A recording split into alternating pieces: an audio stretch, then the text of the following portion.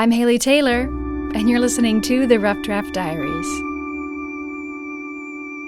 I'm joined in the studio today with Nick Morgan. You may know Nick from his day job. He's a recruiter for a finance and accounting company. But more likely, you know him for his other job. My name is Nick Morgan, and I am a co-founder of Glass City Improv. We offer improv classes to the community and do monthly performances at the Valentine's Studio A Theater. We're created just over a year ago after a few of us connected teaching classes through the Toledo Rupp Theater, and it's really blossomed. It's been really amazing.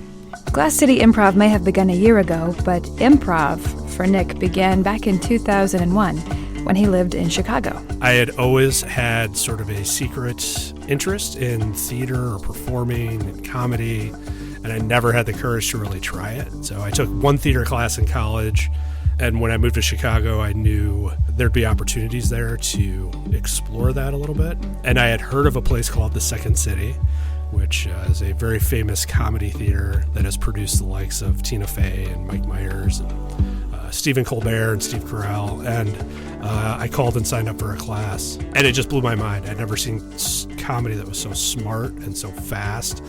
And then to watch them improvise was a whole different animal. So I fell in love watching it and finally signed up for a class. Nick's journey to teaching his own improv class took some time. After Chicago, he moved to D.C., lived there for about a year and a half before coming home. He was born in Sylvania. And even then, teaching an improv class was not on the horizon until he got connected with the Toledo Rep. And looking back, if I had, and myself and my two current performing partners, I think would agree, if at any point we had tried to plan any of this as to where we're at right now, it would not have happened. I'm certain we would have failed. So it was a total surprise. Yeah, it is sort of on a meta level. It's very improvisational in that, improv in its purest form, it's just like a staircase being built. It's just one step at a time. It is building on the last idea that you've heard. There are people that have a tendency in improv to step out on stage with fully formed ideas as to what they want this scene to be about. And that is not really in the spirit of improv. It is, offering a new piece of information based on what was just said, and as an ensemble sort of making the discoveries as to where this thing goes. So that's sort of what we're doing with this. We have no plans, outside of the next 2 months of when to start our next classes. So throughout our interview, I noticed Nick likes to make the connection between the practice of improv with the practice of daily life. It's a metaphor, almost. But to understand the metaphor, we first have to understand the rules or the etiquette of improv. We always remind our level 1 class that you're not here to focus on getting laughs. It's an inherent byproduct of improvising. Tina Fey has a quote, human beings and human interaction is interesting and funny. And that's enough. It's going to be funny. And that's what improvising is, spontaneous human interaction on stage. It can really derail improv scenes sometimes when somebody just goes for the laugh and it's outside the context of the scene that's been set up.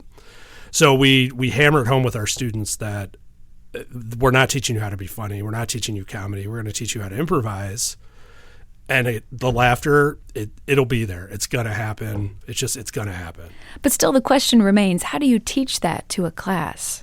A lot of it is reinforcing good habits. We, as human beings, I think, inherently want to say no. We want to avoid conflict.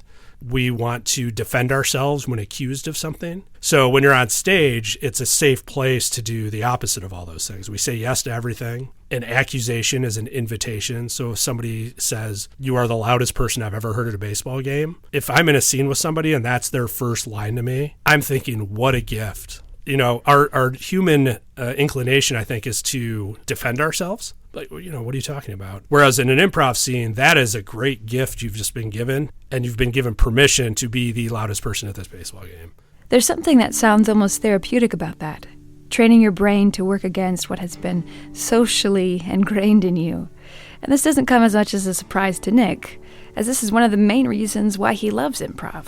So, you asked me about when I first got into it. It was, again, purely for comedic. It was a comedic outlet. But since teaching classes in Toledo, am a huge believer in how much of an impact it can have on individuals and groups of people, and how it can be utilized as a communication tool, team building tool, and all that stuff. So it's really amazing. It's that feeling you get when you're with a close group of friends and you sort of fall into the old patterns where you almost talk in shorthand and inside jokes are flying around and you're just making each other laugh and you're sharing memories.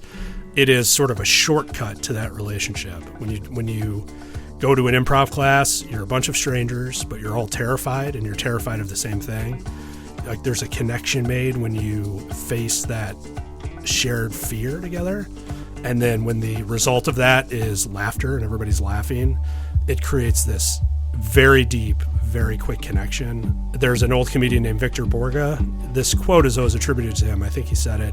And that is that laughter is the shortest distance between two people. And I think improv is a great example of that.